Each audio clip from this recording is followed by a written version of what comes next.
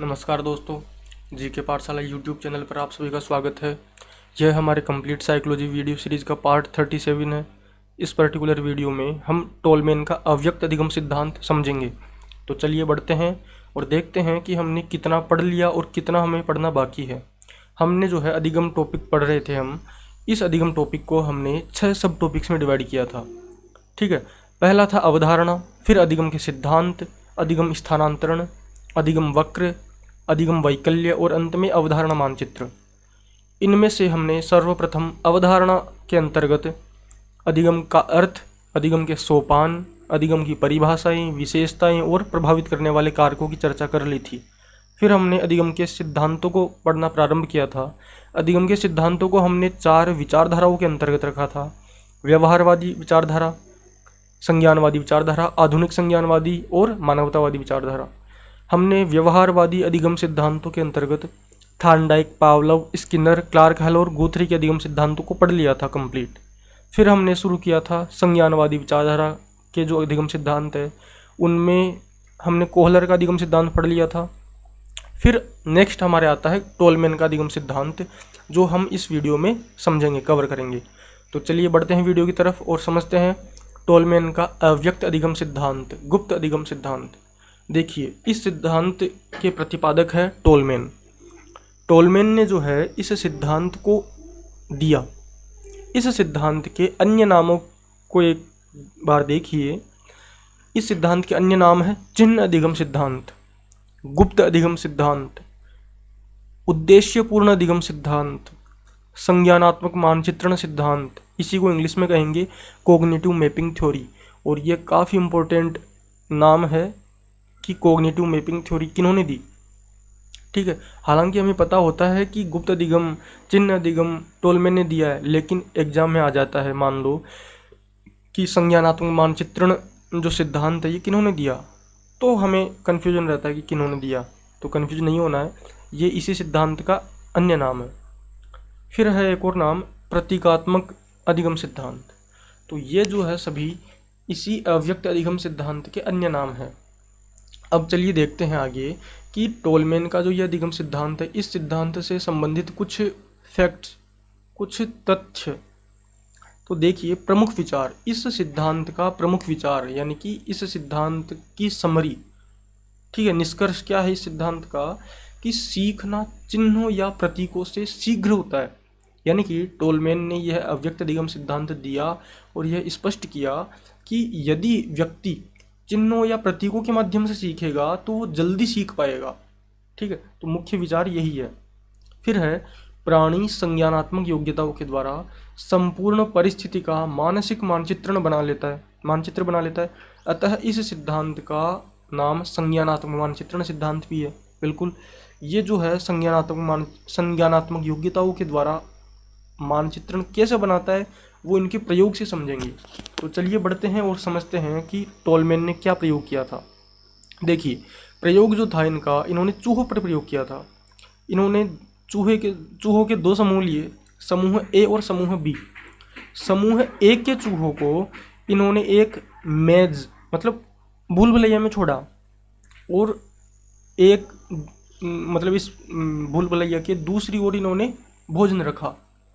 ठीक है, अब ये चूहे भोजन है, उनको पता है चूहों को भोजन है, तो ये चूहे जो है जाते हैं और उस भोजन को प्राप्त करते हैं। मतलब चूहों को रास्ता पता चल गया इस भूल भुलैया का। ठीक है, सेम प्रयोग उन्होंने किया कि समूह बी के चूहों को उसी भूल भुलैया में छोड़ा, लेकिन इस बार जो है भोजन नहीं रखा गया। इस मेज के दूसरी ओर जो है भोजन नहीं रखा गया। तो समूह बी के चूहे भी गए और धीरे धीरे गए, क्योंकि भोजन तो था नहीं, पुनर्बलन क्या मिलता है उनको, तो धीरे धीरे गए आराम से और इनको भी पता चल गया रास्ता। ठीक है, अब यही जो है परिस्थिति 1 थी। मतलब 2 परिस्थितियों में इन्होंने प्रयोग किया। पहला चरण ये था जो अभी हमने समझा। पहले चरण में इन्होंने समूह ए और समूह बी को अलग अलग जो है एक भूल भुलैया में छोड़ा। समूह ए के चूहों को उस भूल भुलैया में छोड़ा जिसके अंत में भोजन था, भोजन मिल रहा था चूहों को, और समूह बी के जो चूहों को जिस भूलभुलैया में छोड़ा गया उसमें भोजन नहीं था। ठीक है, अब समूह ए के जो चूहे थे ये तो जल्दी जल्दी चले गए क्योंकि इनको भोजन मिल रहा था, लेकिन चूहे जो समूह बी के चूहे थे ये धीरे धीरे गए। अब ये परिस्थिति एक थी, पहला चरण था इस प्रयोग का। दूसरे चरण में, ठीक है, परिस्थिति दो क्या थी कि इन्होंने समूह एक को एक उसी भूलभुलैया में छोड़ा, लेकिन फर्क क्या था कि इस बार जो है उन्होंने जो भोजन था अंत में उसे हटा दिया, और समूह बी जो है उसको जो है उसी भूलभुलैया में छोड़ा, लेकिन अंत में जो है भोजन रख दिया। तो उन्होंने देखा कि समूह ए के चूहे जो पहले जो है काफ़ी तेज़ गति से इस भूलभुलैया को पार कर लिया था उन्होंने और भोजन प्राप्त किया था, उनको रास्ता मालूम था समूह ए के चूहों को, लेकिन चूंकि इस बार जो है भोजन नहीं रखा गया था इस भूलभुलैया के अंत में, तो ये जो चूहे हैं इन्होंने अपने सीखे हुए रास्तों को, यानी रास्ता इनको पता था लेकिन फिर भी उसको व्यक्त नहीं किया, उस अधिगम को व्यक्त नहीं किया और धीरे धीरे उस भूलभुलैया को पार किया।